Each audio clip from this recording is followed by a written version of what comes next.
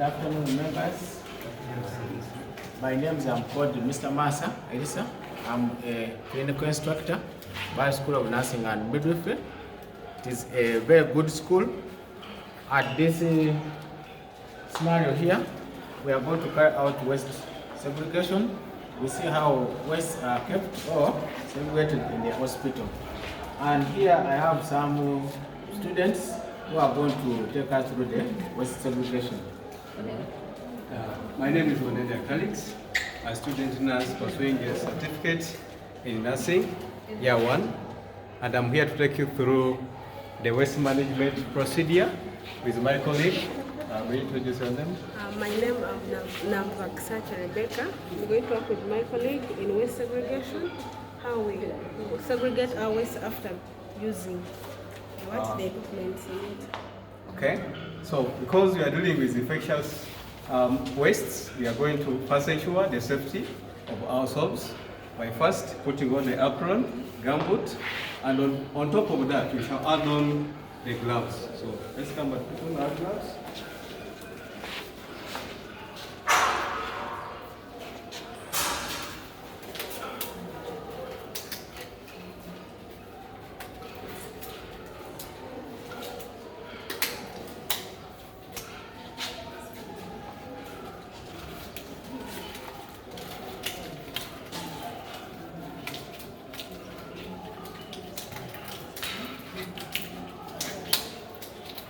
Okay, so safety first.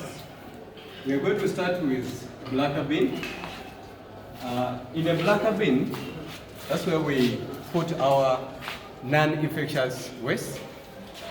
An example of non-infectious waste, we are going to have the bottles. So let my colleague bring the bottles. We shall have also the paper, normal paper. We shall have the polythene bags. Okay. All right. Next, we have a yellow bin. Yellow bin is for infectious waste. So, my colleague present to us the infectious waste. Okay. We have the used gloves, but they are not soiled with blood. We can have the cotton swabs that are also not soiled with blood, and even the gauze, which is not soiled with blood.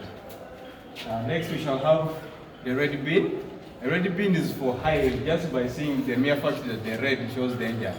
There we shall have the wastes which are highly infectious. So we shall pick the wastes which are highly infectious, and one of them we have the cotton swabs, the gauze that is soiled with blood, the catheter that is soiled with blood. All those we recommend them to be highly infectious. We shall have the gloves that are soiled with blood, they're highly contaminated. In the brown bin, we shall have the pharmaceutical waste. One of the pharmaceutical waste, we shall have the expired drugs, the vials, then the ampules. An example we have, this one is a vial. Then first was expired drug.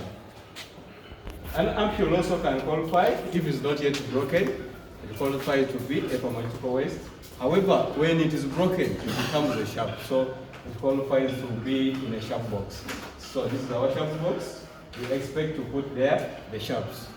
An example of the sharps, we can have the surgical blades, the needles, the broken glasses, as I told you earlier, the cannula needles.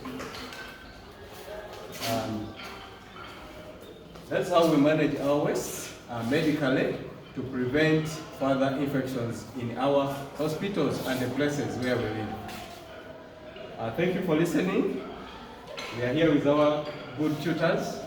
They have done a lot in us. They have taught us how to manage waste so that we control the spread of infections. I remain Onelia Calix with the team around.